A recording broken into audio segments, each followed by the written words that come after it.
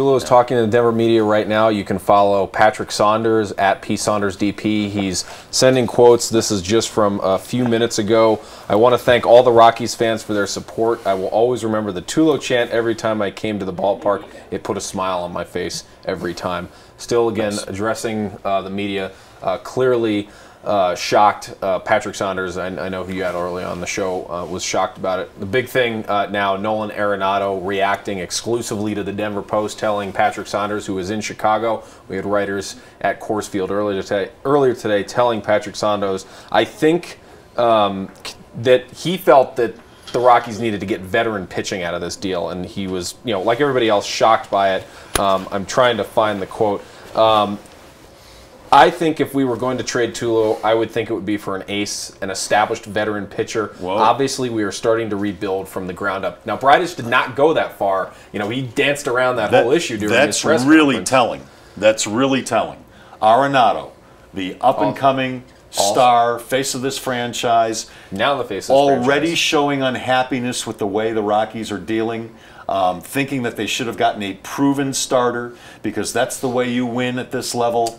So Arenado's now got to be thinking the same way Helton was thinking, the same way Matt Holliday was thinking, and Garrett Atkins and Tulo, that when am I ever going to win here? Now you got to wonder if Nolan Arenado is unhappy, and he wants out. He's obvious. And think about it, he also addressed Cargo, I understand, from Patrick earlier. He did. Imagine how Cargo is.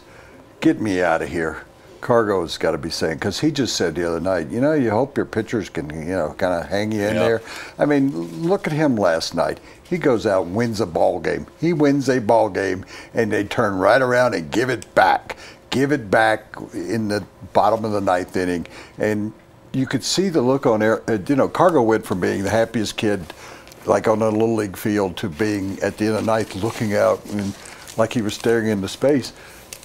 They have created an issue where they're going to have whatever, quote, veteran players they have left are thinking, as Todd Elton did in the final years of his career, this is all over with. Another young star is unhappy. Now, they might appease him by giving him a long-term deal.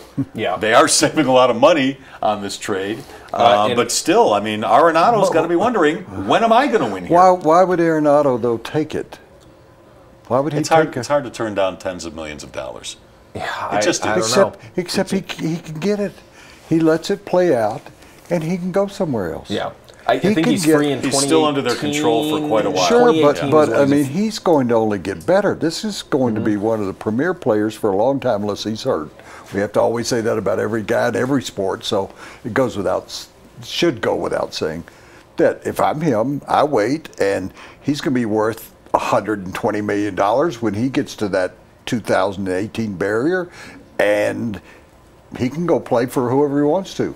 He can be an Albert Pujols who decides, and Albert made the wrong decision, but he went off to the Angels thinking he was going to a better team, and the Cardinals have become better without. But Matt Holliday. This is not good. You said it earlier. Matt Holliday wanted out of here. He wanted out of here. They weren't going to pay him as much as he could get somewhere else. But what kind of good situation did he end up with? Couldn't stand it here. Yeah. And same with his buddy Garrett Atkins at the time. Again, more from Arenado. Again, this is exclusive to the Denver Post and Patrick Saunders. Quote, I was shocked. We all were by Tulo getting traded. I'm hurt. Tulo's been the one guy who has been by my side ever since I was in single A Asheville. It's disappointing. That's not the guy I want to see go. What's Arenado left with? If Tulo's gone, and we know and they're his quote trying hard on Cargo. I do do think he will be gone, and I'll be disappointed in that also. Yeah. What's he staring? He's staring at 2, 3, 4 more years, at least, of a lot of losing. And Reyes, now he's going to have alongside him one of the worst defensive shortstops in the league now.